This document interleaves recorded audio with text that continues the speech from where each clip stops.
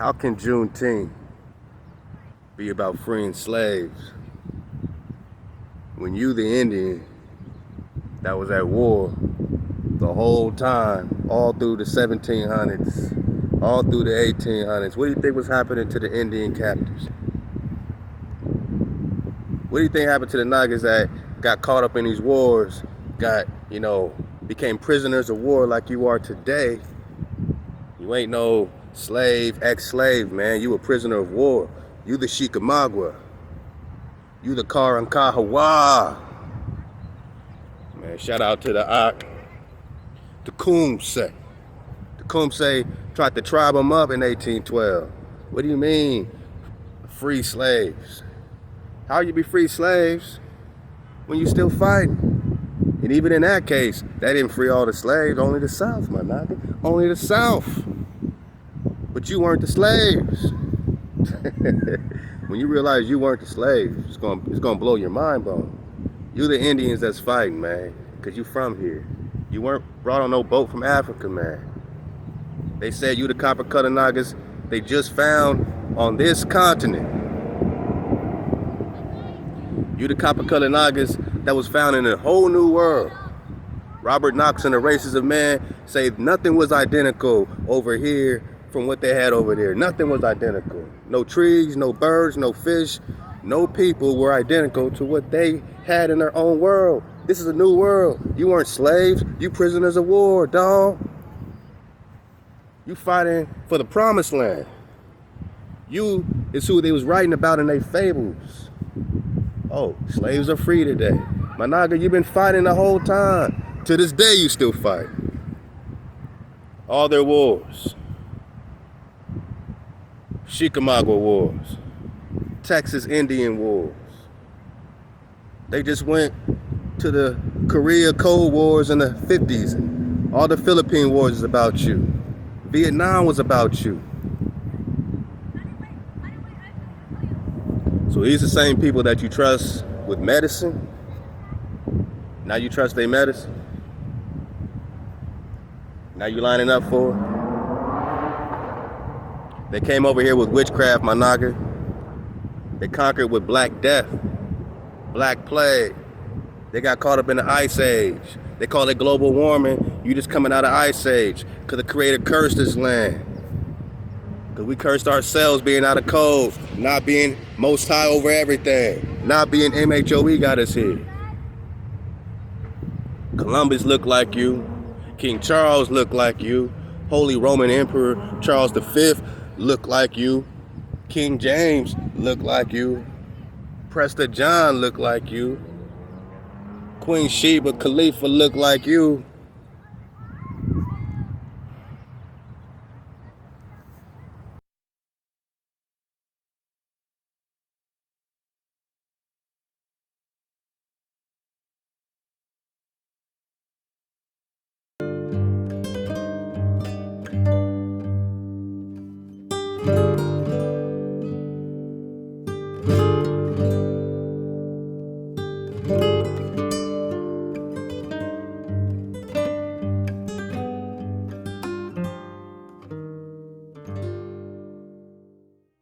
All right, we're in the Reynolds Historical Genealogy Collection, and we're in the book Nicholas Martial, The Adventurous Huguenot, the military engineer and the earliest American ancestor of George Washington, by John Byers Stout.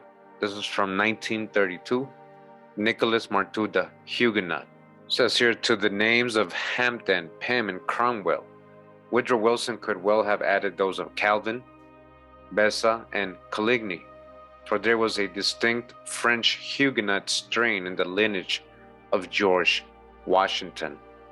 It came to him from his American ancestor, Nicholas Martial, a Huguenot refugee who came to Virginia in 1620. Remember, if you actually go check the etymology of refugee right now, you'll see that the first people being called refugees were Huguenots. We're going to see who the Huguenots are. Why am I reading this right now?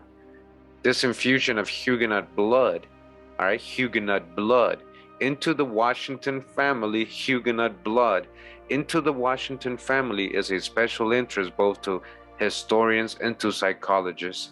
Each of these learned groups appears to agree that in this blending of the Cavalier and of the Huguenot, there is a definitely revealed a physical basis as well as a spiritual background for the extraordinary personage and character of Washington. All right. So what? He's a Huguenot, Kurimeo. So what? All right. Well, so most of my followers know already where I'm going with this.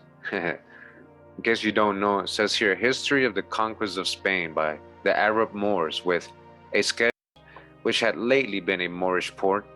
His sailors were many of them men with Moorish blood in their veins, all right? These are so-called Negro conquistadors.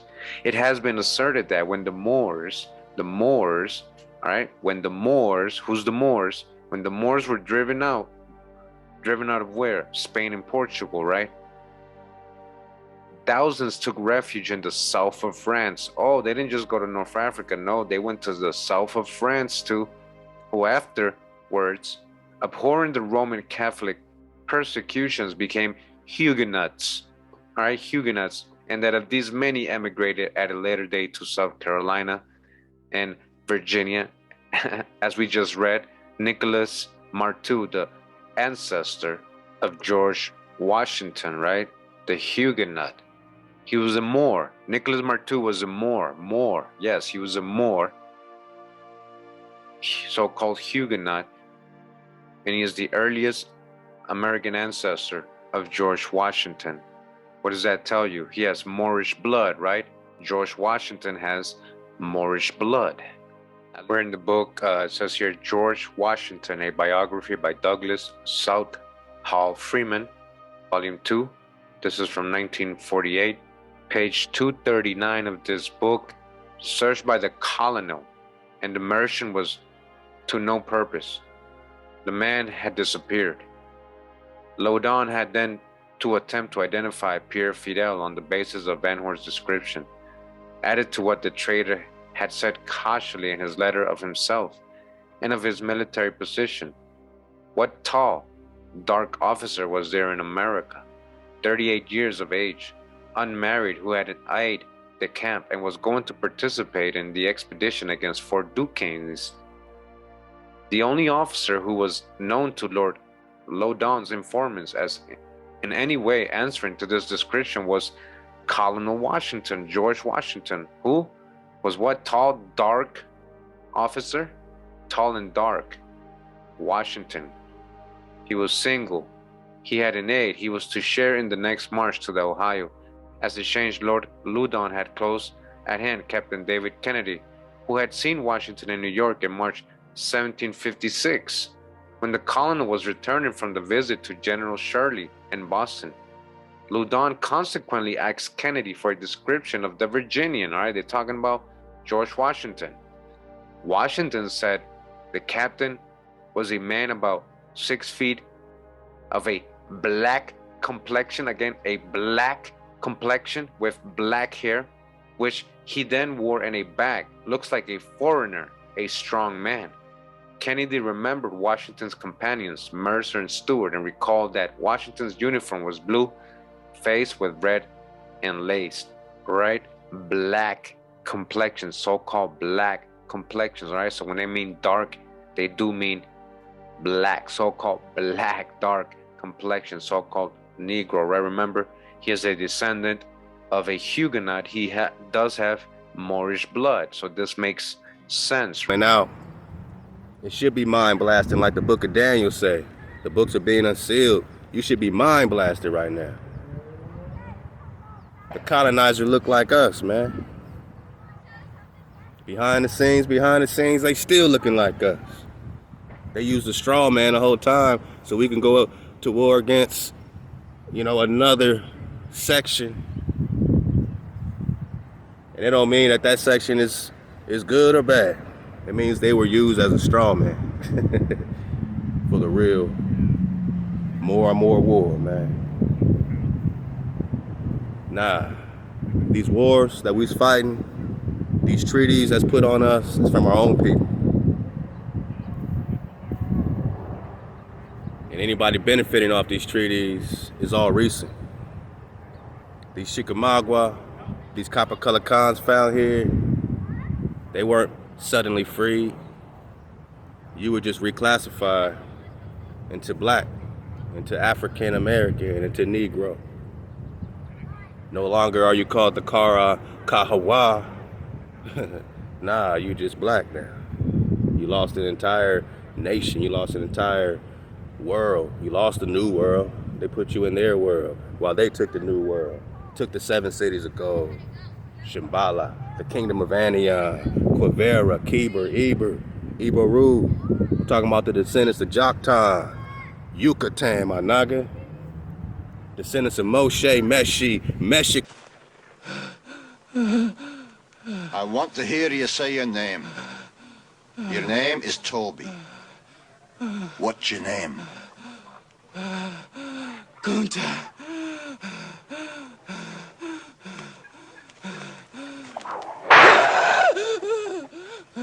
Lord God, help that boy. They're gonna whip him dead. What's your name? Say it. Toby. Who are you? Say your name.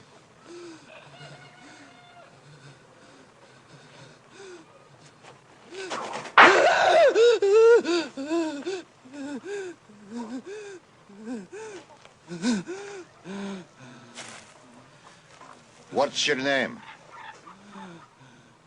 Toby.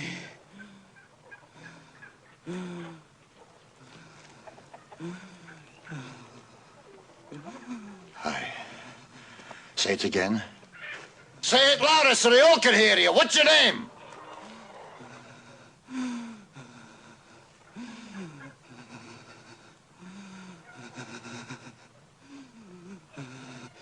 Toby. My name is Toby. Hi. That's a good nigger. Cut him down. Study. So I'm at this museum, right? I'm seeing all our stuff around us. Now, it's something funny. I ain't gonna be long. I ain't gonna take y'all time long. What's up, family?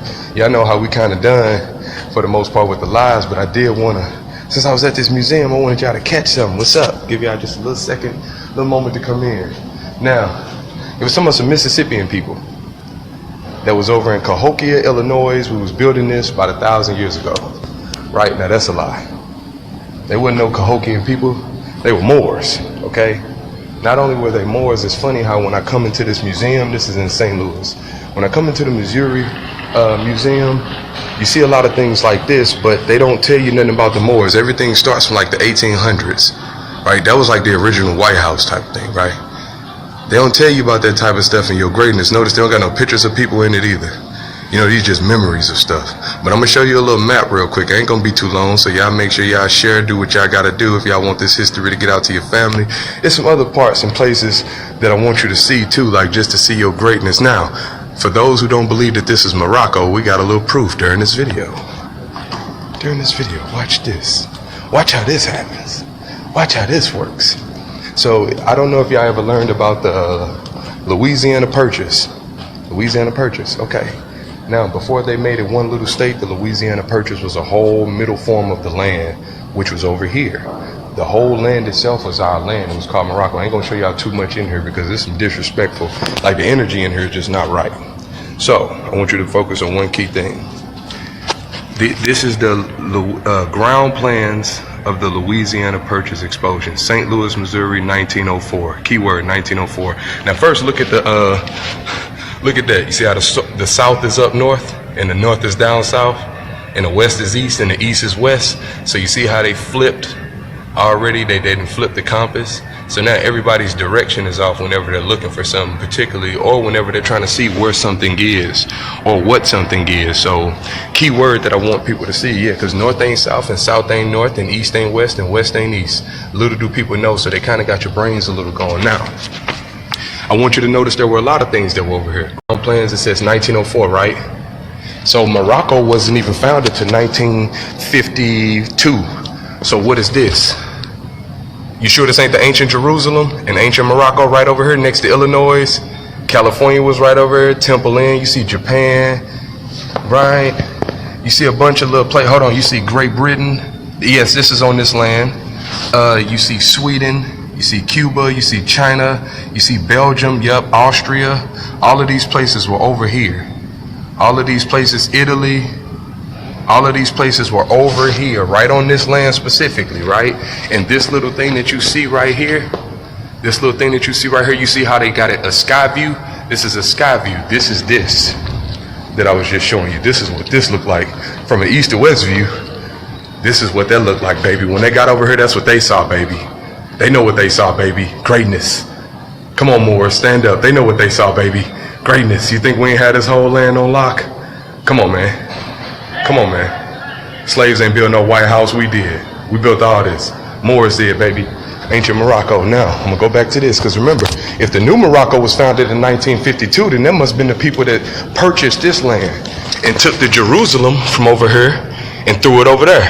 They took Morocco from over here and threw it over there, because we can find letters from George Washington writing to the Sultan of Morocco. So if the Morocco that's established over there in 1952, if that was just established, then this must have been the Morocco he was writing to. That's why they got Cahokia, Illinois, and you also got a Cahokia in what? Exactly, or Cairo, shall I say. You got a Cairo, Illinois, and they say the Cahokia mounds. We got a lot of mounds over here. We were mound builders. They didn't want to call us pyramid builders. They called us mound builders. Let's keep that in mind. You see, we got Tennessee over here, Idaho, fraternity. You see what I'm saying? Look at that. Virginia, Georgia. Come on, man. Like it never stops. You see, Missouri was way up here. So we in Missouri. I'm in Missouri right now, but how Missouri way up here? How is this a map of the land that I'm on right now? But Missouri is just this little teeny place next to Louisiana and Wisconsin and Ohio, New York. Why is New York all the way over here? How is New York all the way over here? Ohio, New York, Massachusetts, Minnesota. So clearly we had these places. North Jerusalem.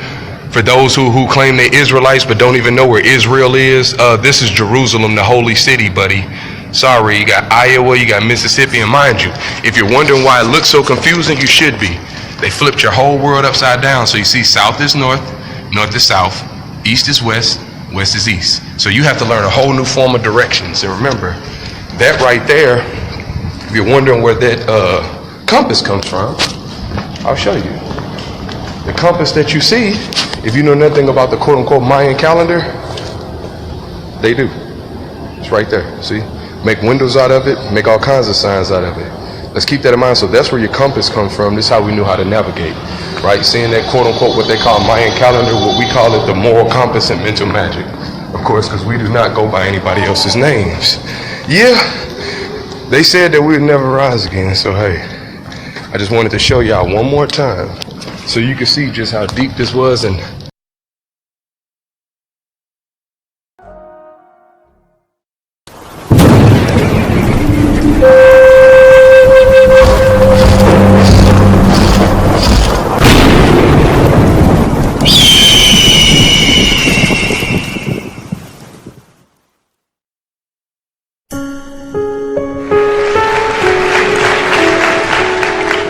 it's really important for us to remember our history. You know, unless you're one of the first Americans, you came from someplace else. Somebody brought you.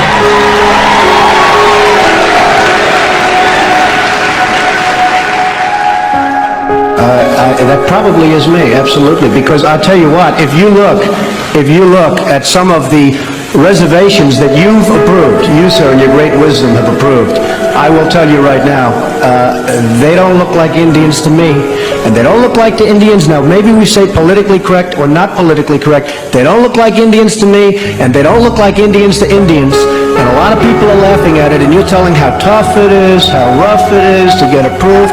Well, you go up to Connecticut, and you look. Now, they don't look like Indians to me, sir. You don't have to live in the slums to care, Melanie. You don't have to try to be something you're not. God, I can't stand this. Trying to be something I'm not? trying to be proud of my African heritage? That's being something I'm not, then fine. That's being something I'm not, then fine. But I'd rather be dead than be like you. Stuck-up nigger who's ashamed of being black.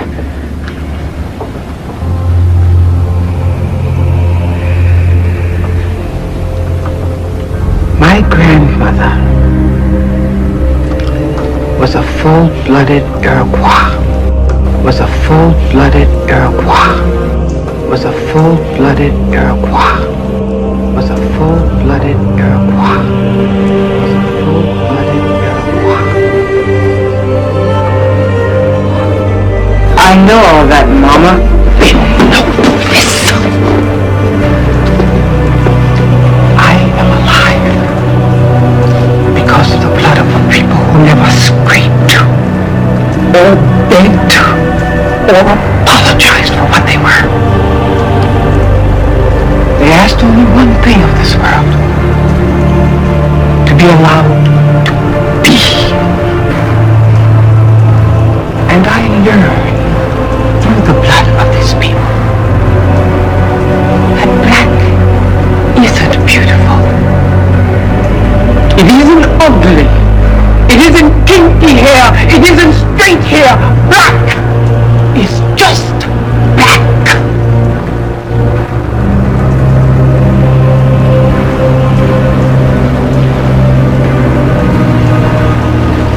It broke my heart when you changed your name. I gave you my grandmother's name, a woman who bore 9 children, educated them all, who held off 6 white men with a shotgun when they tried to drag one of her sons off to jail for not knowing his place. And you had to reach into an African dictionary to find a name that would make you proud.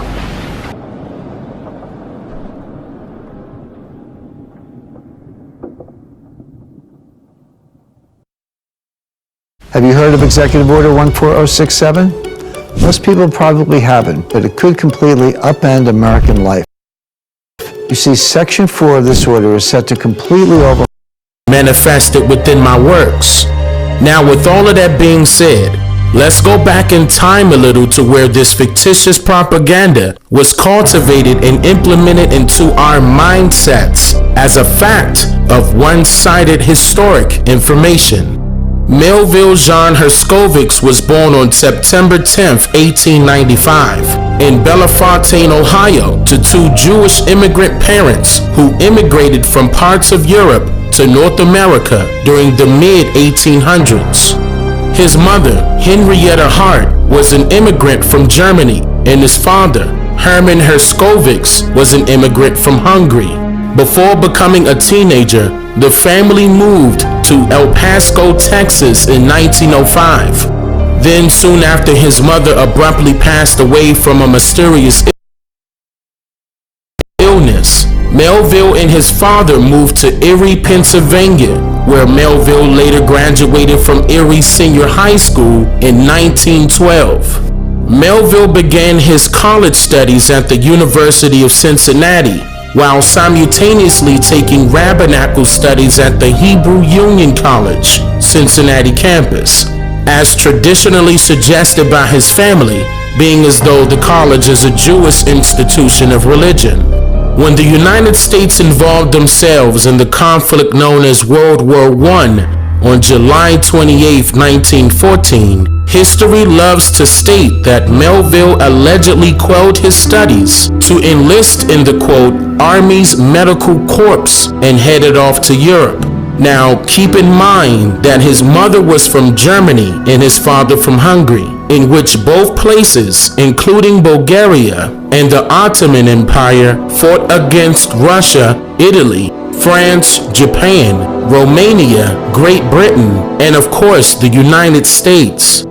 What's very noteworthy here is which side of the conflict Melville allegedly subscribed to, because there is no actual records of him enrolling in the United States Army in the first place. Yeah, and I'm just getting started here. Now, when he returned to North America, Melville transferred to the University of Chicago at a time where anthropology was heavily influenced by the deceitful hidden agendas of industrialism, along with political European colonialism, where pseudoscientific theories were not only praised by one particular group of people, but justified for its subjugation of all non-white people.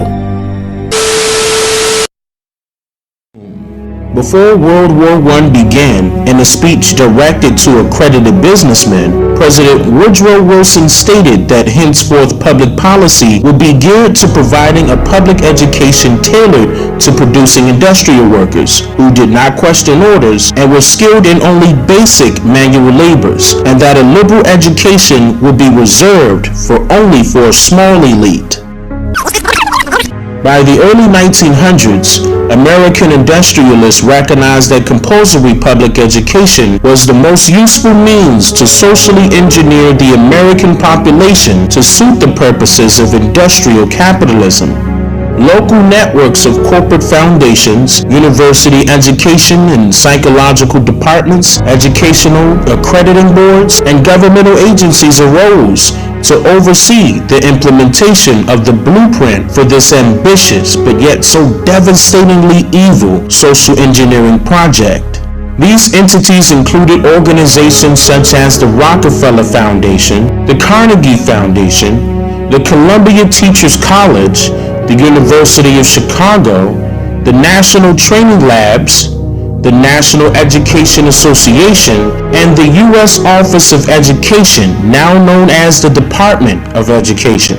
Andrew Carnegie, J.P. Morgan, John D. Rockefeller, and Henry Ford were the key contributors and introductional architects of this American educational system of forced schooling. According to Lee D. Baker, an author and a cultural anthropologist out of Duke University, he admitted that the 19th century physical anthropologists drew specious correlations between anatomical features and supposed behavioral traits of the various races. So in other words, these immigrants of Jewish or other European or African descent of the 19th century, or rather the 1800s, purposely created and cultivated the science of anthropology with highly regarded racial discriminatory, very identical to the pseudoscientific concepts designed and utilized by Francis Galton that he called eugenics, right along with his predecessor, Charles Darwin, with his theory of evolution and natural selection, in which I mentioned more about this in my documentary called What's the Real Identity of an African American? I highly recommend that you watch that video as well. Now, getting back to Melville, he abruptly halted his studies at the Hebrew Union College and then moved on to complete his graduate studies at Columbia University. What's very important to note here, entity, that what you do makes money.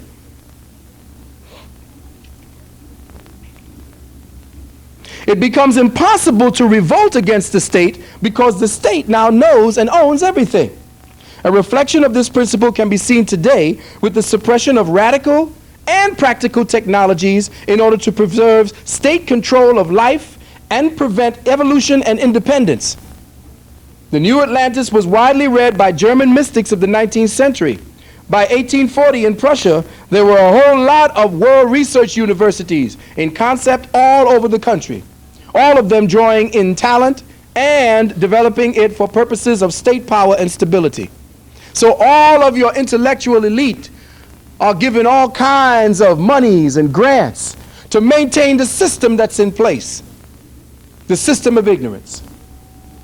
Now, because your child represents, and the genes in your child represent the bursting forth of the new potential that you have left, in order to definitely make sure that your child is brought into the construct, they set up something known as experimental psychology.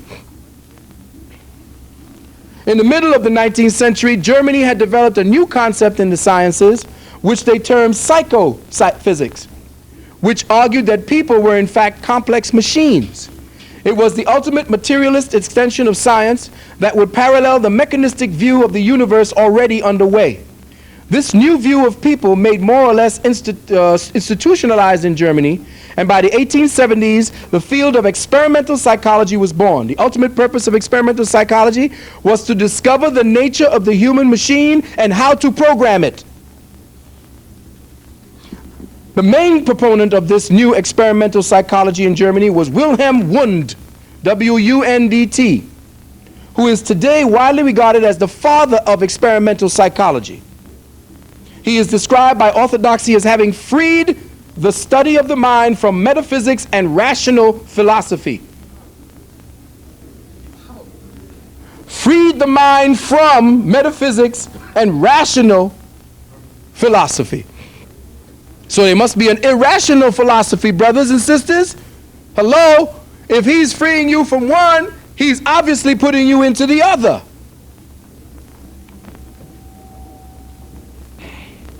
Wundt obtained his PhD in medicine from the University of Heidelberg in 1856 and embarked on a study of sensory perception. His most famous work was Contributions to the Theory of Sense Perception. Get that work? Contributions to the Theory of Sense Perception, done in 1858. It is described by the orthodoxy as the first work of experimental psychology. In 1875, Wundt, W-U-N-D-T, was appointed to the chair in philosophy at Leipzig, where he instituted a laboratory for the systematic experimental study of experience. Check this out. He instituted a program for the systematic study of experience. That's deep. The study of experience.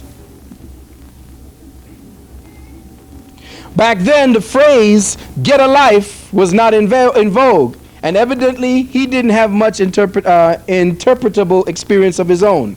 In 1873, he began a year-long writing project which resulted in, get this book, Principles of Physiological Psychology. Principles of Physiological Psychology, which became a classic that was subsequently reprinted through 6 editions over the next 40 years, establishing psychology's claim to be an independent science. Wundt also wrote a philosophical subjects such as logic and ethics, but as he did not describe to rational philosophy, his writings presumably yielded irrational interpretations in both areas. It is conceivable that his warped view of humanity and the universe contributed in some small way to the eventual Nazi penchant for experimenting on those they didn't like. The educational system expands.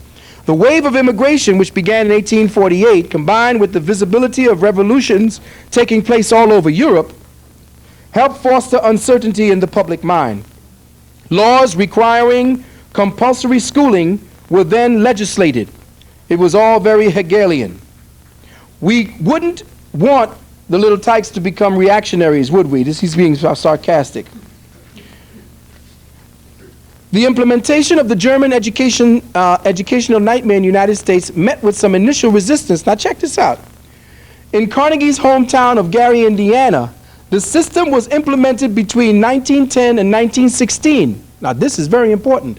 Mostly through the efforts of William Wirt, the school's superintendent. It involved no academic endeavor whatsoever. It worked so well in supplying willing workers for the steel mills that it was decided by Carnegie to bring the system to New York City. In 1917, they initiated a program in New York in 12 schools with the objective of enlarging the program to encompass 100 schools and eventually all the schools of New York. William Wirt is the one who supervised that particular transaction. Unfortunately for Carnegie, and listen well, unfortunately for Carnegie, the population of the 12 schools were predominantly Jews who innately recognized what was being done and the nature of the new education system. There's no innately recognized. They knew the system. And the elite from their own came to New York. You understand? Check it. 3 weeks of rioting followed. Now you understand how change happens? 3 weeks of rioting followed, and the editorials of the New York Times were very critical of the plan. Over 200 Jewish school children were thrown in jail. The whole political structure of New York that had tried this scheme were then thrown out of office during the next election. A book describing this scenario, carefully, listen, The Great School Wars by Diane Ravitch. Listen, get these books. By Diane Ravitch. Curiously, William Wirt, check it out, William Wirt was committed to an insane asylum about 1930 after going around making public speeches about his part in the large conspiracy to bring about a controlled state of mind on certain people. He was killed 2 years later. In order to make sure that the independence of the one-room schoolhouse and the pension for communities to hire their own independent teachers would cease. My brothers and sisters, I came from a space where it was a little one-room schoolhouse. And my mother, my father, my grandmother, my aunts, all of them knew the teacher because my aunt was the teacher. And they taught you what they wanted you to learn, not what you had to learn in order to pass and get into the next phase. You get a book called The Unseen Hand. And in that book, it tells you how the education system was systematically taken from mom and pop and put into the hands of the state.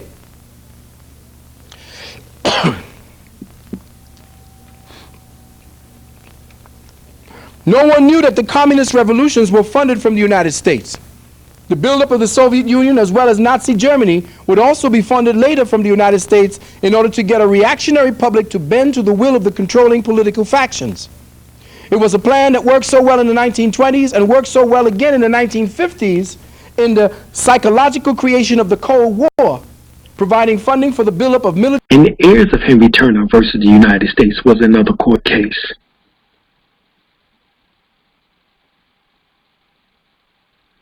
And so this is why they need for you to be black and proud. Black, proud, and stateless. Black, proud, and landless. This is why. All right? This is why.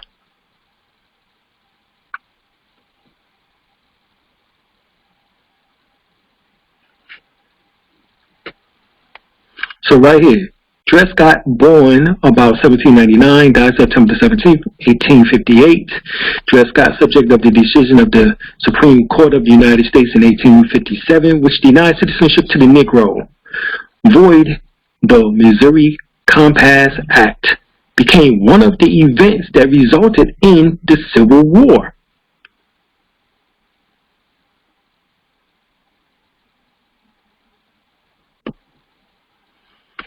All right, that's what became one of the acts.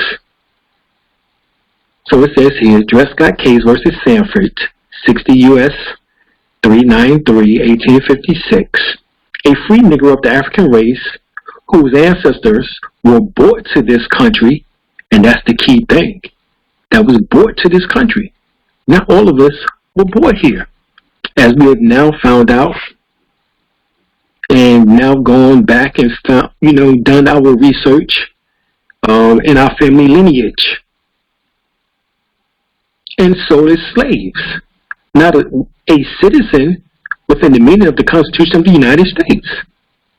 When the Constitution was adopted, they were not regarded in any of these states as members of the community, and this is not true. Judge Curtis said at least in 5 they were, which constituted a state and were not numbered among its people or citizens. Consequently, the special rights and immunities guarantees the citizen do not apply to them. So, right here, the case in which the United States Supreme Court held the descendants of Africans who were imported into this country and sold as slaves were not included nor intended to be included under the word citizens, as you see, capital C. There's a difference between capital C and lowercase c in the Constitution. Whether emancipated or not, and remain without rights and privileges except such as those which the government might grant them. And so we'll still see that those who are under Negro, Black, and Colored are still being granted legal privileges because they're not rights. You can't be granted a right. Rights come by way of you being a human being upon planet Earth. Come from God, come from nature, Mother Nature. Mother Nature. Mayat, Ra, Nature. Mut, Ra, Nature. Does not come from an Albion, a European. He can't grant you rights. She can't grant you rights. In no legal, lawful capacity. Rights are born, native given. Privileges, on the other hand, are not. Privileges can be granted to you. For example, the granted privilege of voting. Every 25 years, you have the right, or is it? As we said, it's not. All right? Every 25 years, they have to vote for your ability to have the privilege to vote. It started with Lyndon Baines Johnson in the 1960s, 1965. Then in 84, Ronald Wilson Reagan had to sign the Voting Right Bill. And it's a bill. It's an act. What happens when you get bills every month? Bills have to be paid back.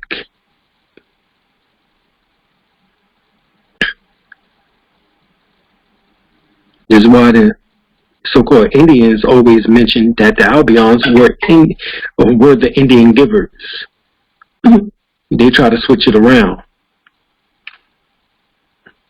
The Albion givers, because they try to grant you something and then take it back. Then in 2007, George W. Bush Jr. or George Bush Jr. had to re-sign it. So every 25 years,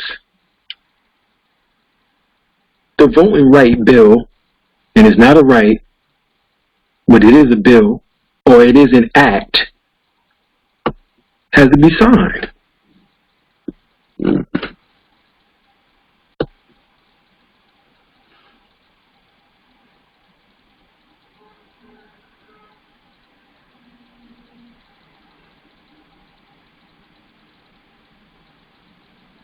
So here it is. It says, persons of African descent cannot be, nor were ever intended to be, citizens of the United States Constitution.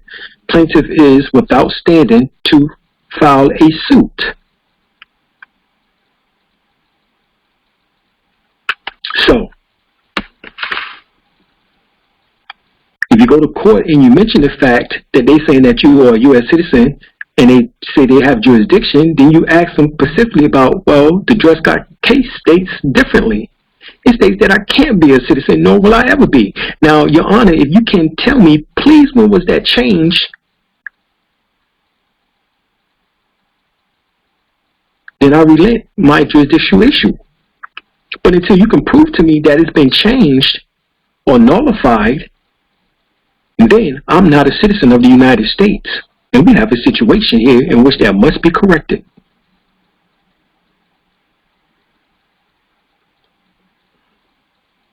Right here, Black's Law Dictionary, 2nd edition, citizen. All natives are not citizens of the United States. The descendants of the Aborigines, I thought we are the Aborigines. And those of African origin are not entitled to the rights of citizens. That Constitution does not authorize any but white persons to become citizens of the United States, and it must therefore be presumed that no one is a citizen who is not white. Therefore, there is a marked difference between citizenship and heritage. Interesting. So this is why Moors are now putting on the SF 181 ethnicity race form, white and American Indian. Those are the two closest, or you can simply type in rather, Moor. And then put the code there, 667, which comes from the CDC, as well as also from the federal codes.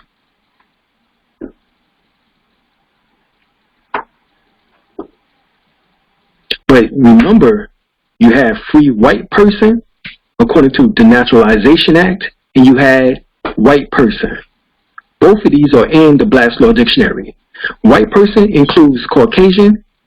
Free white person does not include Caucasian. You get it? And in fact, in the definition of free white person, it gives the definition that those of Spain, Portugal, upper portion of Africa are also included as being non-white. Of being classified as free whites. So, let's clear up the confusion of many of those claiming Moorish heritage. Moorish American is an American national, non-citizen U.S. national, and not a U.S. citizen of the Americas citizen with a lowercase c, small letter c, or U.S. citizen, federalized citizen, which is the 14th Amendment citizen. Understand the difference. You are either part and parcel of the state citizenship, which Judge Benjamin R. Curtis stated that we were already part of 5 states before the Dred Scott case decision of 1857, or a U.S. citizen, small letter C, second-class citizenship. We were never fully ratified to be citizens, or rather, corporate employees or subjects of the U.S. corporation, i.e. second-class citizens via the 14th Amendment. 2 different jurisdictions. One is a natural person, and the other is an artificial person. This is the Wizard of Oz shit that they have put us in. So, Dorothy's, we have to get ourselves out there, click them heels 3 times, and get our ass back to natural person status, indigenous status, not artificial corporation status. Even Abraham Lincoln spoke on Curtis, Judge Curtis. This is what he says. Abraham Lincoln was among those who identified with the principles announced in Curtis' powerful dissent. In his speech of Springfield, Illinois, later that year, Lincoln noted, Justice Curtis, in his dissenting opinion, shows that in 5 of the then 13 states, to wit, New Hampshire, Massachusetts, New York, New Jersey, and North Carolina, free Negroes were voting, and in proportion to their number, had the small part in making the Constitution that the whites had. He showed that with so much particularity as to leave no doubt at its truth, as a sort of conclusion of this point, holds the following language. The Constitution was ordained and established by the people of the United States. Through this action, in every state of these persons who are qualified by the laws to act thereon in behalf of themselves and all citizens of the state. In some of the states, as we have seen, colored persons were among those qualified by law to act on the subject. These colored persons were not only included in the body of the people of the United States by whom the Constitution was ordained and established, but in at least 5 of the states that had the power to act and doubtless did act by their suffrage upon the question of his adoption. So, This has been proven by Abraham Lincoln. This has been proven by Justice Curtis, that we were already, as we would state, non-citizen U.S. nationals. We was already nationals, American nationals, what we would call state citizens, capital C, as compared to United States citizen, lowercase c, federalized citizen, which is 14th Amendment. So here, I wrote October the 9th, this past year. Like I said, we're not citizens of the United States, according to the legal research undertaken by attorney William D. Graves, as written in the Journal of Christian Reconstruction, volume 13, number 2, 1994. The required 28 states, 3/4 majority ratification was never completed. This is talking about the 14th Amendment. As proof, Graves stated by March 1867, only 17 of 37 states, or 11 short of the required 3/4, 28, had ratified the 14th Amendment. Under duress, at least 6 southern states attempted ratification, and their numbers was added to the 22 northern states and Tennessee, presumably making the number of ratifying states 29, or 1 more than required. However, both Ohio and New Jersey had rescinded previous ratification, but were nevertheless counted among the 29 states by the United States Secretary of State. Fraud. Therefore, only 27 states had legally ratified the 14th Amendment, 1 state short of the required majority required by the Constitution for the United States of America.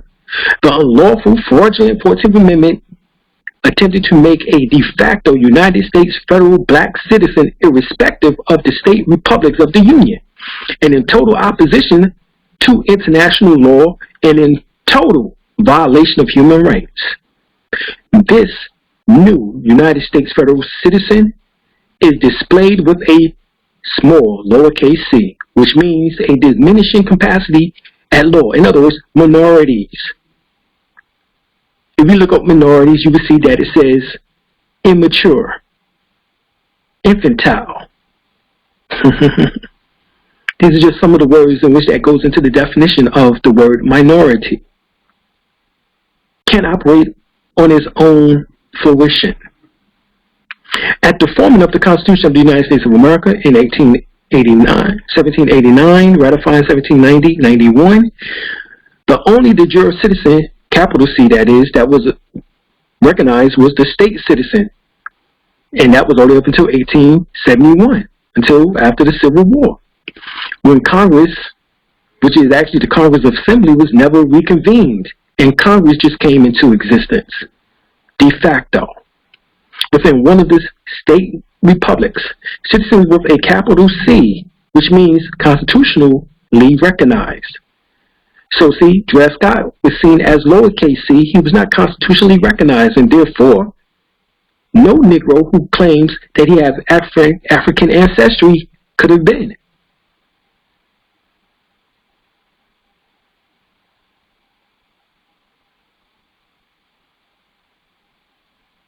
At least not recently.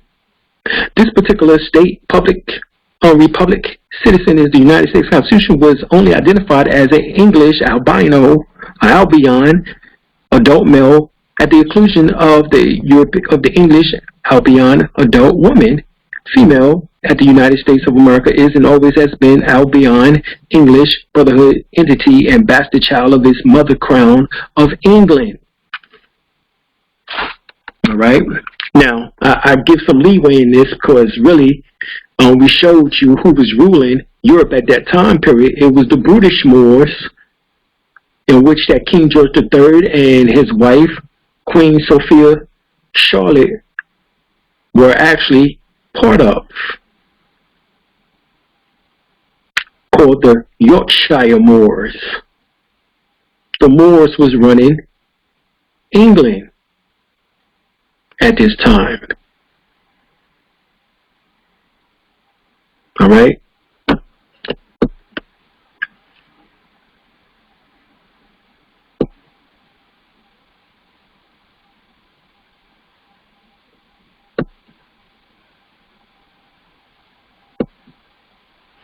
So right here, Huckabee claims black people aren't technically citizens during critique of unjust laws.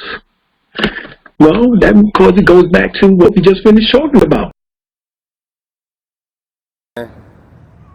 Ain't no other way to tell you. Everything they taught us was a lie. You ain't from no Africa, man.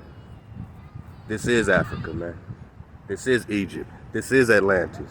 So this is Israel. This is Jerusalem. It's all stuck together. This is Morocco. This is Algiers. This is Judah. This is the biblical world that you've been reading about. They got in your mind bone, spun you on a ball. And we all fell. And now we all have returned, seeking our creator, MHOE, and Kondawi. The water for tuning in, making sure y'all up on everything we dropping, man. And, you know, just tune in to us, man. 432thedrop.com, because we coming out. Fifth wave is popping all the way off, man. So, hey, hop to the Ether Squad. 1666 for the number. Okay, so London, 1666. You catching this right? A little correlation there, just happened to be that year, and the numbers might mean kind of, and the whole system we're talking about. Anyway. During the Black Plague, all right, during the Black Plague and the Great Fires of London, Parliament enacted an act behind closed doors called Sestake Via Act of 1666. The act being debated was to subrogate, you guys should know what that word is by now, the rights of men and women, meaning all men and women were declared dead and lost at sea or beyond the sea. So I know you've heard me, unless this is your first time watching the channel, in which case go back, sort through all the files, and start watching all of them, any of them, learn all of it as much as you can. Okay, so for those of us who are playing the home game, what does this mean? This means that when all this great catastrophe was going on, okay, that they basically were like, a lot of people ain't showing up, a lot of people can't pay their bills, we're just going to call them dead and take over their accounts, because there's a lot of money in those accounts and insurances and their land and possessions and things that they might owe and whatnot. Now they're owed and owned. Okay, so what is Sestake Trust in law? Okay, according to the Sestake Via Act of 1666, you remain lost on the high seas and until you show proof of life. Let's just stop there for a moment. If you guys have been watching along these videos, you guys should be getting, if you're not catching these things, especially in some of the paperwork that you guys have bought in from me, and the files, the consultations, and the thousands we've done now. But for those who have, you heard it, right? Should I help out the B team here? All right. So basically, if they consider you dead, which is what your all capitalized name is, okay? That's your Sestake Trust, your war name, your nom de gore. If you're dead, they can get access to all your stuff that you don't know about. Some people have even said, now remember, this is all educational purposes. I could just be a crazy guy with a blue shirt and a blue box in his basement. What does that mean? I don't know. You say something? I didn't hear anything. That's fine. So I'd have to label all this educational information. My whole channel, everything, all of this is educational purposes. So, for those people who are a little crazy in the head. That being said, so if you don't claim that you're alive to the proper people, you only have the rights that you are given. Kind of like you're under a dead constitution or something, not underneath the original constitution where people got rights and freedoms and changed them into benefits and privileges. I don't know. Anyway, sorry, rambling. Little old guy here. Once you've proven life to the court. However, you are a king, back then operating in Admiralty law, the law of the sea, so lost at sea. Interesting.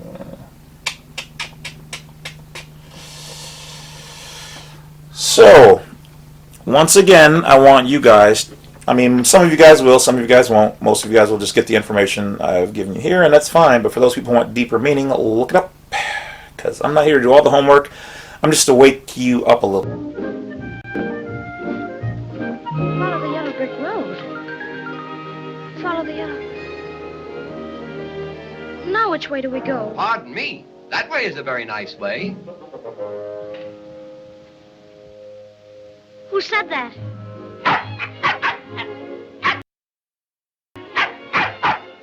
Don't be silly, Toto. Scarecrows don't talk. It's pleasant down that way, too. That's funny. Wasn't he pointing the other way? Of course, people do go both ways. Why, you did say something, didn't you?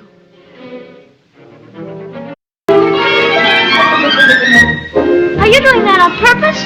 Or can't you make up your mind? That's the trouble. I can't make up my mind. I haven't got a brain. Only straw. How can you talk if you haven't got a brain? I don't know. But some people without brains do an awful lot of talking, don't they? Yes, I guess you're right.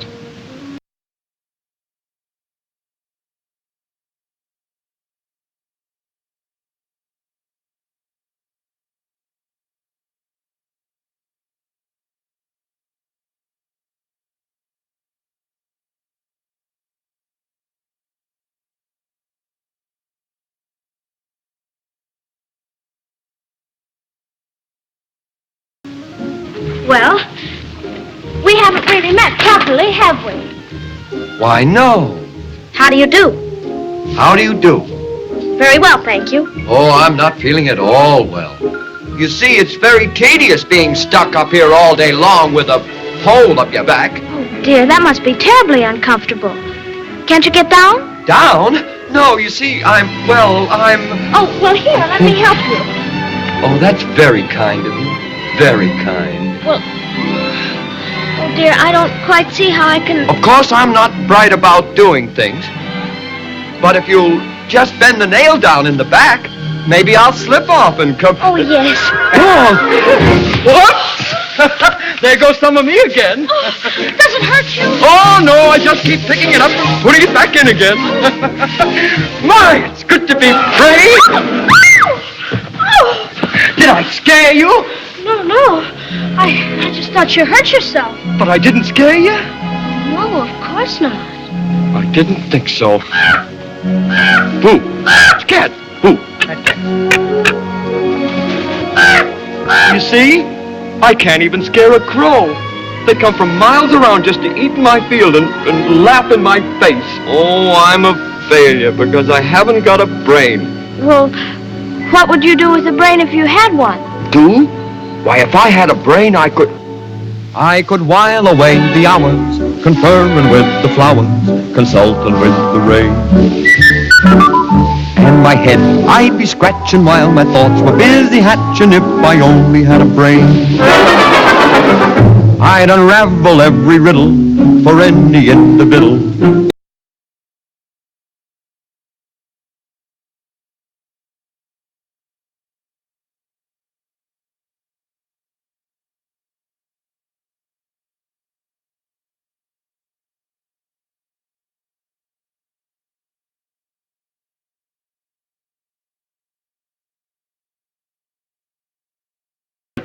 What a nickel!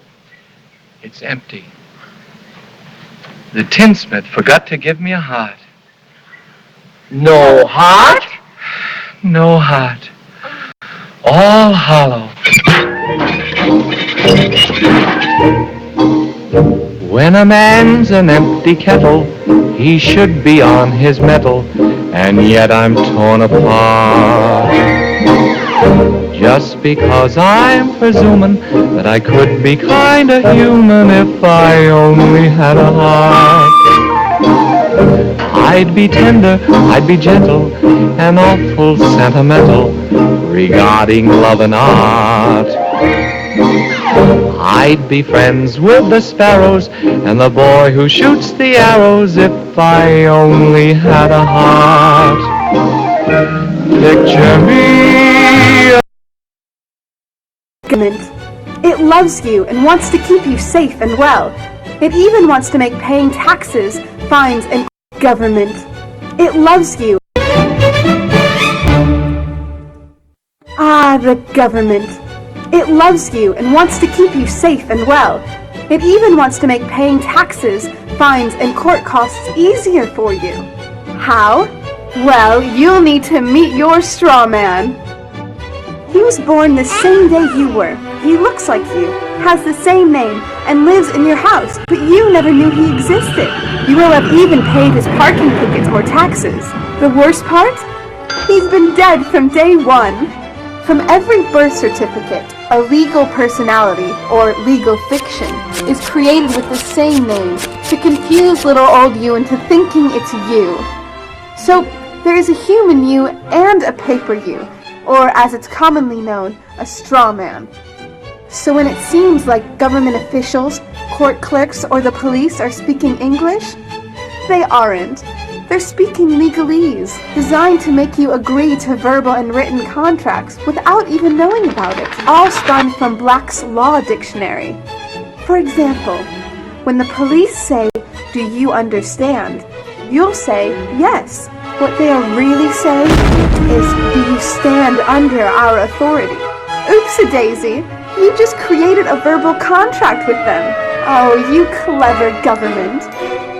Did you know that whenever you register something, you are handing over title to the person you register it with? That's right. Whenever you register something with the government, they assume it belongs to them. Registered your car? Super! Now you are the registered keeper of your vehicle, and the government can crush it when you don't pay your, straw man's taxes. Expecting a new bundle of joy? Well then you need to register your little darling with a birth certificate. Then they can start the process all over again and create a new straw man for your little one. Isn't that great? So when Junior grows up, he'll be able to generate revenue just like you have. When you notify on your baby by signing the birth certificate, your child becomes a ward of state. And if the government doesn't like what you're doing, they'll assume it's okay to take the child away or make new rules for things they don't like. Not enough school? Smacking your child? Shouting too loudly? Then it's off to social services for the little one. When you get a bill, it's sent to you but belongs to your straw man, not you. That's why bills, fines, and summons start with Mr., Mrs., or Ms. Sometimes you'll see your surname in capitals, just like on a gravestone. That's because your straw man is dead and just a silly piece of paper, created before you could comprehend or even consent to it. When you go to court, you represent your straw man, so you, the human, take on any costs, fees, taxes, and fines involved for the straw man. The human you doesn't even need to pay them. But you made a contract with the court by appearing on behalf of your legal personality or straw man, just like the government knew you would. Confused? Well, don't worry.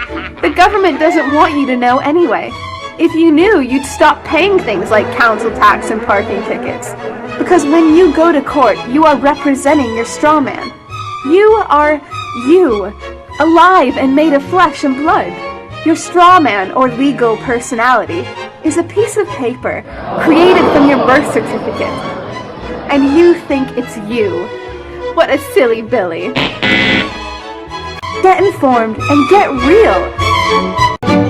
Here's how to own yourself in 60 seconds. Here's a birth certificate. It's worth $100 billion when the gold that was a monetary gold, which is the fool's gold, which is monetary for slaves, was stolen from us. It was created into us. We are now the gold that has been stolen. We are the gold, which is the value. So you take this, you get it authenticated with the Secretary of State. It takes like 2 seconds. It takes like $8. You take that, get it authenticated, and then you take that to the federal level, which you need a DS4194 form, and have your second one, or I made 2 of them so I can get it done all at once.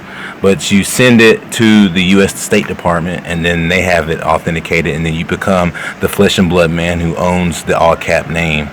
After that, you become a secured party creditor, you discharge your stuff, and then at that point, you have control over the $100 million, and you are not connected as the person who owes it. You are the person who discharges it. You are the slave master. Okay, here's how to own yourself. 33, as a reaction to the crippling effect of the Great Depression on the U.S.